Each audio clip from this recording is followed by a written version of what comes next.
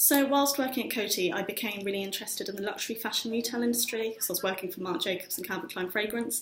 And one thing that I noticed is that these big luxury fashion brands are often quite reluctant to digitalise for fear of the harm that it might do to the premium feel of their brand.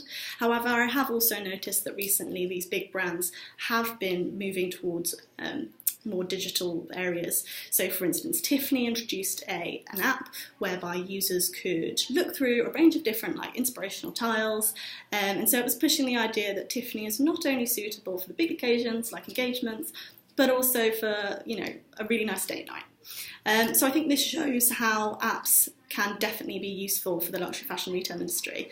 So my idea would be to create a platform luxury fashion retail app whereby users who might be really struggling to find what they want and they've scoured all the shops, they can go to this app and filter the boutiques in the area by geographic region.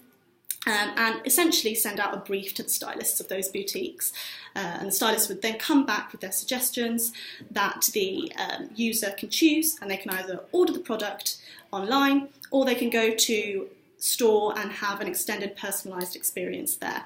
Now I think bonuses to this model include that it would have low running costs because it would be a platform, and this would allow big and small boutiques to join up, which would have the additional bonus of an increased offering for customers, and then also the smaller boutiques being able to reach new audiences that they might not have been able to reach before. So I think other kind of similar apps that have done quite well to this in the past have been Farfetched. So that grew by 75% from 2015 to 2016, and essentially is a platform luxury fashion retail app that has a variety of different brands, but not this stylist capacity.